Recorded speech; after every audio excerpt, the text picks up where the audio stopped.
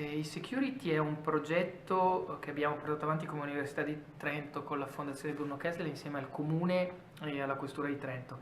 È un progetto che abbiamo definito di sicurezza urbana predittiva, cioè a partire dai dati di polizia, di cui sappiamo la collocazione geografica i dati spazio-temporali, e quindi denunce, a partire da dati sulla sicurezza che ci arrivano dai cittadini, dati sul traffico, sul meteo, dati che sono raccolti per scopi diversi dalla gestione della sicurezza in un territorio urbano.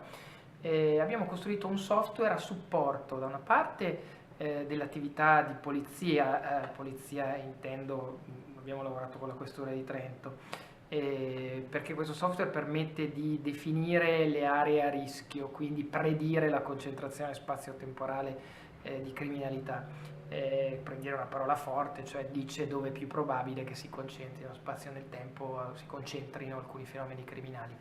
Dall'altra parte questo software fornisce conoscenza sul disordine, sulle percezioni, sul confronto tra dati oggettivi e soggettivi, su dove sta andando la sicurezza in un territorio, conoscenza che può essere usata dalla polizia locale, da un sindaco, da un'amministrazione a supporto degli interventi, sia per realizzarli, sia per andare a comprendere se quelli realizzati stanno avendo gli effetti voluti. Noi tutti usiamo le tecnologie e lo facciamo perché ci permettono di essere più veloci, di raggiungere più persone, a volte ci garantiscono l'anonimato, gli stessi motivi portano le organizzazioni criminali nostrane, quindi le mafie, ad usare le tecnologie.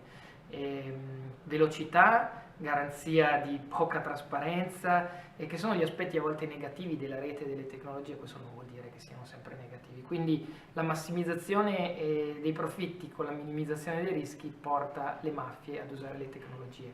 Questo è un processo che sta avvenendo molto rapidamente. Le nuove generazioni dei mafiosi sono sicuramente capaci di gestire le tecnologie, ma non avviene soltanto in Italia, perché sempre più anche le mafie transnazionali, anche le mafie etniche, anche le mafie straniere, non da ultimo sul traffico di migranti, utilizzano le nuove tecnologie con grande capacità per gestire i loro traffici, trovare clienti, contattare altri criminali, costruire anche reti criminali, a volte senza conoscersi.